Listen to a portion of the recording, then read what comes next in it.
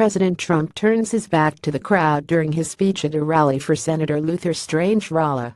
In Huntsville, Alabama, on Friday, Marvin Gentry orders President Trump, facing mounting questions about his commitment to Puerto Rico's recovery, took to Twitter Monday night, saying the U.S. territory is in deep trouble, in part because of problems that predated Hurricane Maria. Trump said Puerto Rico was already suffering from broken infrastructure, including an old electrical grid, which he said was devastated by Hurricane Maria, as well as massive debt. Food, water and medical are top priorities, and doing well, Trump said in his series of tweets, which credited the Federal Emergency Management Agency. He noted that, by contrast, Texas and Florida, hit by earlier hurricanes, are doing great. Monday night's tweets were the first from Trump about Puerto Rico since Wednesday, when the hurricane made landfall and Trump declared, "We are with you." Power remains out on much of the island, and officials say they are facing numerous logistical challenges, including damage to airports and ports. But FEMA says its response has been robust, including the deployment of 10,000 federal workers. Criticism of Trump has come from Democratic politicians, celebrities and others, focusing in part on the heavy attention he has put in recent days on his opposition to football players who kneeled during the national anthem. At the same time that he was doing all of that, we had American citizens in Puerto Rico who are in a desperate condition, Hillary Clinton, the Democratic nominee Trump defeated last year, said in a radio interview on Monday.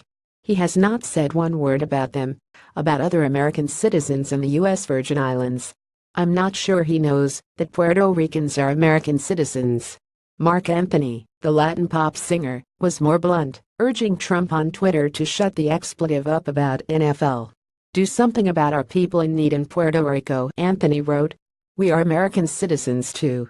Actor Kal Penn, who worked in the White House during President Barack Obama's tenure, said on Twitter, "That was outrageous, unsurprising that our president won't race to help fellow Americans." And some Republicans chimed in as well. "There are millions of our fellow Americans on Puerto Rico facing great danger and suffering," GOP strategist Steve Schmidt, a frequent Trump critic, said on Twitter on Monday. Trump's silence and inaction is appalling. Trump's lack of public attention to Puerto Rico has been striking, in part because of the major focus he put on helping Texas and Florida recover from earlier hurricanes, a factor many analysts have cited in explaining Trump's recent uptick in his job approval numbers. During a briefing Monday, White House Press Secretary Sarah Huckabee Sanders was peppered with questions about Trump's priorities, including his focus on Puerto Rico. She noted that Trump had dispatched Brock Long, the FEMA administrator, and Tom Bossert, Trump's Homeland Security advisor, to assess the damage in Puerto Rico. "The federal response has been anything but slow," Sanders said. "In fact, there's been an unprecedented push-through of billions of dollars in federal assistance that the administration has fought for. And once we have a greater insight into the full assessment of damage, then we'll be able to determine what additional funds are needed."